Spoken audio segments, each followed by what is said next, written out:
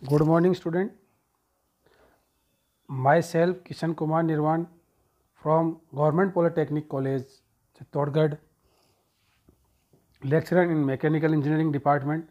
आज हम डिस्कस करेंगे वेपर एब्जॉर्प्शन साइकिल कि यह साइकिल किस तरीके से वर्क करती है, इसका प्रिंसिपल क्या है, आज हम उस पर डिस्कस करेंगे। तो इसको वो कहते हैं डोमेस्टिक इलेक्ट्रोलक्स रेफ्रिजरेटर। आज हम डिस्कस कर रहे हैं डोमेस्टिक इलेक्ट्रोलक्स रेफ्रिजरेटर। तो the domestic absorption type refrigerator, ये किस टाइप का रेफ्रिजरेशन होता है? एब्जॉर्प्शन टाइप का रेफ्रिजरेटर होता है।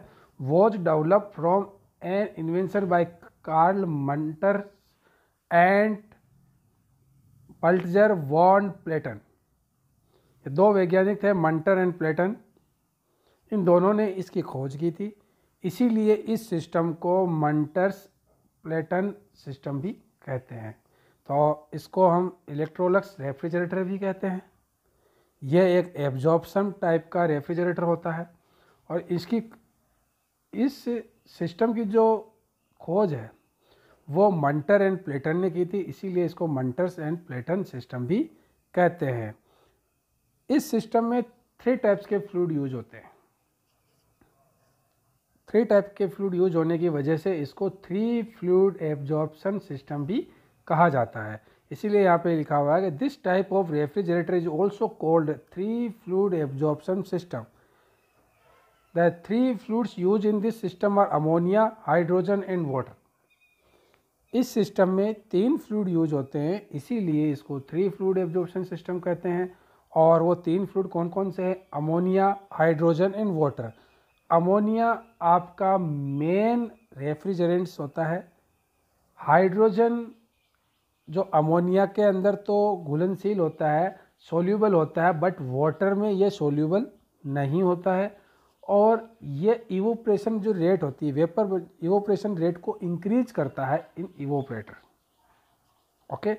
और वाटर जो है, वाटर के अंदर अमोनिया सोल्यूबल है, वाटर हाइड्रोजन सोल्यूबल नहीं होती, लेकिन अमोनिया जो है वाटर के साथ सोल्यूबल है, एक स्ट्रॉन्ग सॉल्यूशन बना सकती है। तो उसके लिए अब सबसे देखते हैं द अमोनिया। अमोनिया क्या है? The ammonia is use as a refrigerant because it possesses most of the desirable properties.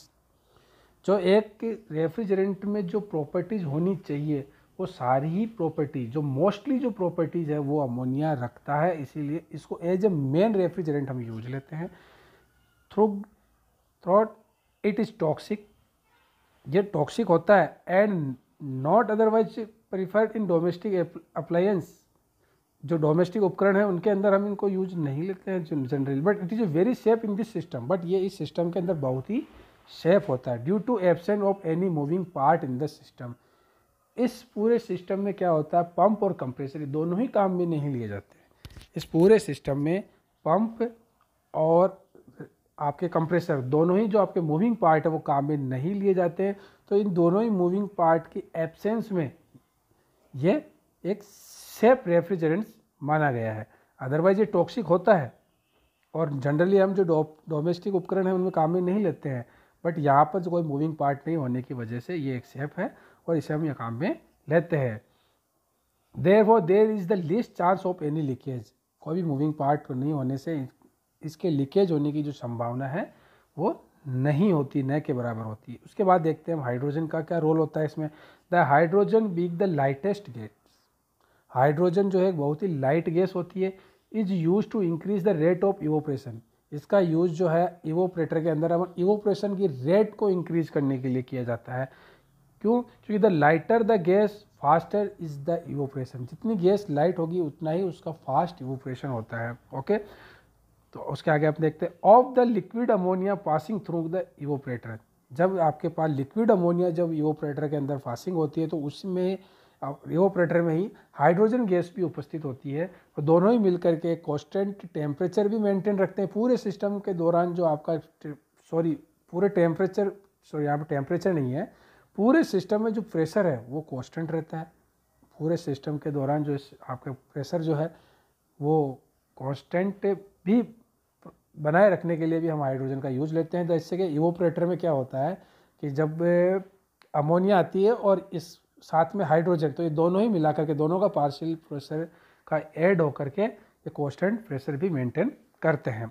उसके आगे देखते हैं, the hydrogen is also non corrosive and insoluble in water.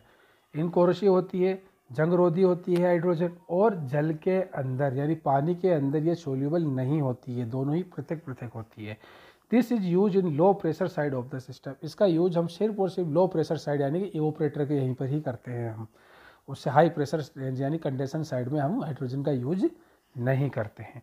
Low pressure side जो condenser में high pressure है, लेकिन पूरे system के अंदर प्रेशर को अपन को कांस्टेंट मेंटेन करना है, इसीलिए जो उसमें जो अमोनिया और ये आपके हाइड्रोजन दोनों ही मिल करके दोनों का पार्शियल प्रेशर इतना हो जाता है कि पूरे सिस्टम में प्रेशर कांस्टेंट रह सकता है। तो the water is use as a solvent because it is ability to absorb ammonia, और एज ए एब्जॉर्बर की तरह हम वाटर का यूज करते हैं, क्योंकि ये अमोनिया के साथ जो एक्वा अमोनिया होती है उसके साथ ये स्ट्रॉन्ग सॉल्यूशन बना सकता है।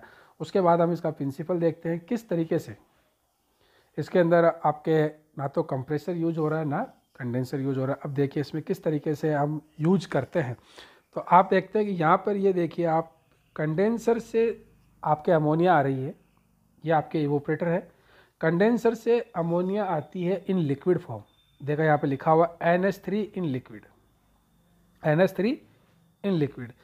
और इवोपरेटर में एक ये यहाँ पे आपके आ रही है हाइड्रोजन, इधर से आपके आ रही है NH3 in liquid the form में, ठीक है। अमोनिया और हाइड्रोजन दोनों का ही यहाँ पर इवोपरेटर में क्या करते हैं, मिक्स होते हैं, और मिक्स होने के बाद एक मिक्सर जो है यहाँ से प्राप्त होता है, यहाँ से बाहर निकलता है, जो यहाँ पे लिखा हुआ है आप देखिए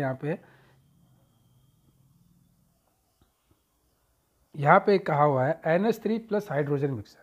तो इवोपरेटर में कंडेंसर से तो हमें प्राप्त होती है NH3 यानी अमोनिया इन लिक्विड फॉर्म, और हाइड्रोजन गैस इसमें इवोपरेटर में दी जाती है, और दोनों ही आपस में मिक्स होते हैं, और इनके इवोपरेशन की रेट को बढ़ा देता है हाइड्रोजन। और बाहर जब ये इवोपरेटर से जब बाहर का जो एग्जिट होता है वो होता है NH3 प्लस हाइड्रोजन मिक्सर। और जब ये NH3 और हाइड्रोजन मिक्सर जो है यहाँ से जाता है एब्जॉर्बर में। एब्जॉर्बर में क्या होता है कि एब्जॉर्बर में जैसे ही ये आता है तो एब्जॉर्बर में यहाँ पे वाटर फिल होता है।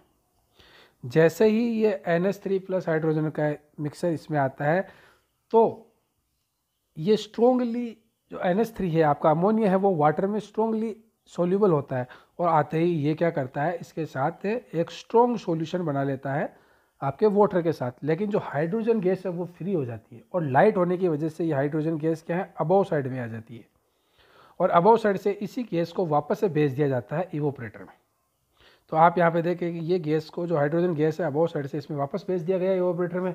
तो इसी तरीके से ये चक्र चलता रहता है कि एब्जॉर्बर से जो गैस रिलीज होती है वो जाती है इवोपरेटर में, इवोपरेटर में जैसे ही वापस से अमोनिया हमें प्राप्त होती है लिक्विड फॉर्म में, उसके साथ वो एक सॉल्यूशन बनाता है, और इवोपरेशन रेट जो रेट है उसको इंक्रीज करता है, और वो जो अमोनिया और हाइड्रोजन का मिक्सर वापस से एब्जॉर्बर में जाता है, वहाँ से वापस हाइड्रोजन जो रिलीज होती है और वो कहाँ चली जाती है इवोपरेटर में चली जाती है। उसके बाद जो एब्जॉर्बर से जो मिक्सर निकलता है वो मिक्सर कौन सा होगा, ammonia plus water, ammonia plus water का ये मिक्सर होगा। ये अमोनिया और वाटर का एक स्ट्रॉन्ग सॉल्यूशन होता है, ये जाता है जनरेटर में। जनरेटर में बाय इलेक्ट्रिकल या गैस बर्नर की सहायता से इसको हीटअप किया जाता है। किस मिक्सर को, अमोनिया इन वाटर, वाटर के अंदर अमोनिया है स्ट्रॉन्ग सॉल्यूशन में है, दोनों को गर्म किया जाता है, हीटअप किया जाता है। तो वाटर का जो बॉइलिंग टेम्परेचर है वो 100 डिग्री सेंटीग्रेड का बहुत ज़्यादा होता है, और जो अमोनिया है उसका बॉइलिंग टेम्परेचर बहुत ही कम होता है। तो उससे क्या होता है कि आपकी अमोनिया तो जल्दी से क्या वाष्प बन जाती है, लेकिन आपका जो वाटर है वो वाष्प नहीं बन पाता। वाष्प तो तब बनेगा जब वो 100 डिग्री से ऊपर जाएगा। तो उस कंडीशन में क्या होता है कि इसमें कुछ हीट देने पर ही आपकी जो अमोनिया है वो तो कन्वर्ट हो जाएगी वेपर में, और वाटर ही रहेगा। और यहाँ से जो अपने आगे जो सॉल्यूशन जाता है उसमें अमोनिया तो वेपर फॉर्म में होती है, वाटर लिक्विड फॉर्म में ही होता है, और उसको भेज दिया जाता है यहाँ पर वाटर सेपरेटर में। वाटर सेपरेटर में जब ये मिक्सर पहुँचता है तो वहाँ पर क्या होता है, आपकी जो वाष्प है, अमोनिया तो वेपर फॉर्म में है और वाटर जो है लिक्विड फॉर्म में है, तो चूँकि वेपर जो है हल्की होती है तो वो तो आपके इस समय अबव साइड में आ जाएगी, और वाटर जो है नीचे रह जाता है, बॉटम साइड में रह जाता है वो वाटर सेपरेटर में, और उस वाटर को सेपरेट कर करके वापस कहाँ भेज दिया जाता है, एब्जॉर्बर में भेज दिया जाता है। इसमें कुछ मात्रा में अमोनिया होती है, इसलिए इसको बोलते हैं वीक सॉल्यूशन, और इस वेपर को वापस भेज दिया जाता है कंडेंसर में, और कंडेंसर में ये हीट को रिजेक्ट कर करके लिक्विड फॉर्म में चेंज होता है, और वही लिक्विड वापस से आपके इवोपरेटर में आ जाता है। इस तरीके से ये साइकिल चलती रहती है। अब वाटर सेपरेटर में एक क्वेश्चन यहाँ पे अराइज होता है कि वाटर सेपरेटर में हमने वाटर को क्यों सेपरेट किया। वाटर में जब आपके पास अमोनिया प्लस वाटर था तो वाटर को सेपरेट करने की आवश्यकता क्या थी, क्यों, क्योंकि जब ये वाटर जाएगा कंडेंसर में और दोनों ही लिक्विड में चेंज हो जाएंगे तो आपका जो अमोनिया का जो फ्रीजिंग पॉइंट है वो लगभग -78 डिग्री सेंटीग्रेड के आसपास होता है, नेगेटिव में होता है, जबकि वाटर का जो आपका जो फ्रीजिंग पॉइंट है वो 0 डिग्री सेंटीग्रेड होता है। तो जब इवोपरेटर में ये गैस दोनों ही मिक्सर आएगा तो आपका जो ये लेटेंट हीट जो आपके जो स्टोरेज स्पेस से लेटेंट हीट लेकर के ये जो इवोपरेट होता है, तो इसमें तो कूलिंग जो फ्रीजिंग पॉइंट है अमोनिया का वो तो बहुत ही ज़्यादा कम है, -78 डिग्री सेंटीग्रेड। लेकिन अगर -10 डिग्री सेंटीग्रेड या -20 डिग्री सेंटीग्रेड भी अगर ये टेम्परेचर जाता है तो 0 डिग्री सेंटीग्रेड पे आपका वाटर का जो पार्टिकल्स है वो वहाँ पर जम जाएंगे और वो इवोपरेटर को चोक कर सकते हैं। इसीलिए वाटर सेपरेटर की सहायता से all water particles are removed from solution of NH3 vapour and water. इसीलिए हम वाटर को जो वेपर सॉल्यूशन ऑफ NH3 है, वेपर है NH3, उससे सेपरेट करते हैं। तो किस तरीके से हो रहा है कि आपको कंडेंसर से लिक्विड फॉर्म में NH3 मिलती है, उसमें हाइड्रोजन का जो मिक्सर है वो इवोपरेटर से बाहर आता है, उसको सॉल्यूशन एब्जॉर्बर में जाता है। वहाँ पर जो आपकी अमोनिया है वो तो सॉल्यूशन बना लेती है वाटर के साथ, लेकिन हाइड्रोजन वाटर के साथ सॉल्यूशन नहीं बना सकता है, इसीलिए उसको वापस भेज दिया जाता है इवोपरेटर में। एंड जो अगेन ये फर्दर आपका जो सॉल्यूशन है वाटर प्लस NH3 का, उसको जनरेटर में हीटअप किया जाता है इलेक्ट्रिकल की सहायता से या गैस बर्नर की सहायता से, और बॉइलिंग पॉइंट जो है अमोनिया का कम होने की वजह से वो तो वेपर में कन्वर्ट हो जाता है, लेकिन आपके वाटर नहीं कन्वर्ट हो पाता, उसको आगे भेज दिया जाता है वाटर सेपरेटर में, जो कि वेपर में कन्वर्ट हो चुकी है आपकी अमोनिया, इसीलिए वो हल्की होने की वजह से ऊपर उड़ जाती है और आपका वाटर को सेपरेट करके वापस एब्जॉर्बर में भेज दिया जाता है। और वाटर जो आपके NH3 वेपर है उसको कंडेंसर में भेजा जाता है, कंडेंसर के अंदर भेज दिया जाता है, और इसी कंडेंसर को हम भेज देते हैं।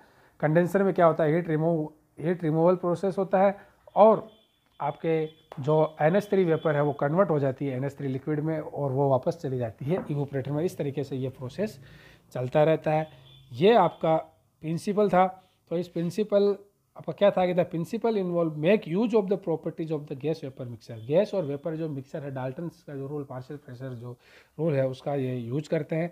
तो if a liquid is expose to inert atmosphere तो इट विल इवोपरेट। जब इनर्ट एटमोसफेयर यानी कि जो आपके इसको एक्सपोज करते हैं इवोपरेटर के अंदर इनर्ट गैसेस के साथ, हाइड्रोजन के साथ, ठीक है, तो it will be evaporate until the atmosphere is saturated with the vapour of the liquid. Vapour of the liquid की जब तक सेचुरेशन कंडीशन नहीं आती तब तक वो इसमें इवोपरेशन होता रहता है। This evaporation required heat which is taken from the surrounding in which the evaporation take place. तो सराउंडिंग से ये हीट लेता है, यानी स्टोरेज स्पेस से ये हीट जो लेटेंट हीट है वो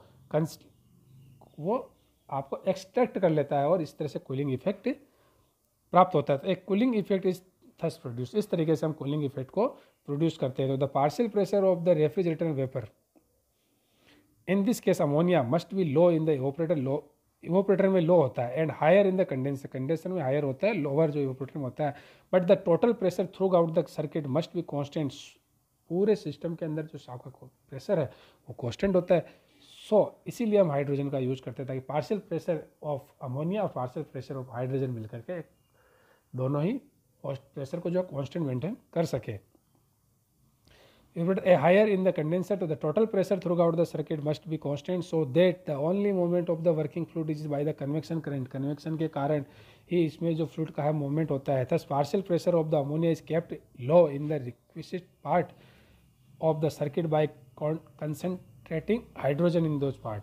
वर्किंग हम देख चुके हैं किस तरीके से वर्किंग होती है।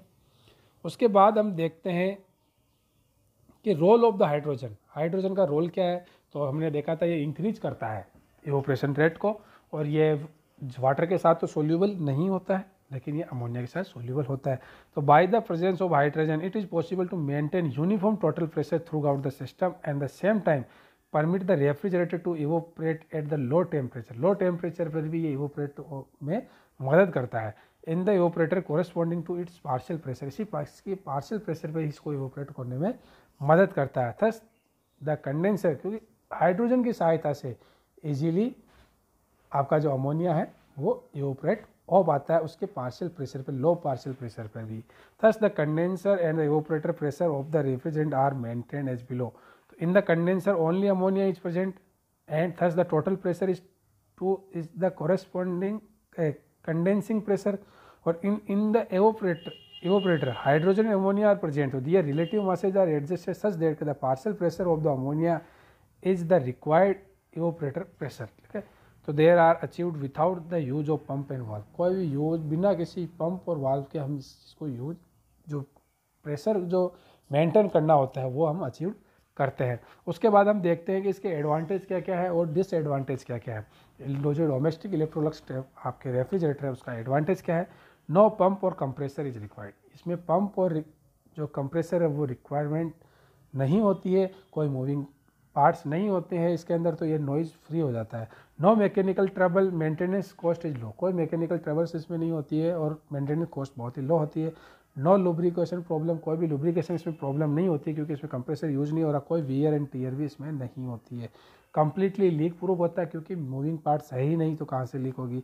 नॉइजलेस, कंप्रेसर नहीं होने से ये नॉइजलेस होता है। No change of pressure and unbalancing and no need of valve, कोई भी इसमें वॉल्व की आवश्यकता नहीं होती है। सिस्टम में भी design to use any available sources of thermal energy, process steam exhaust from the engine turbine, solar energy, किसी भी तरीके से हम हीट ले सकते हैं इसमें से, है ना, जहाँ पर जनरेटर के अंदर।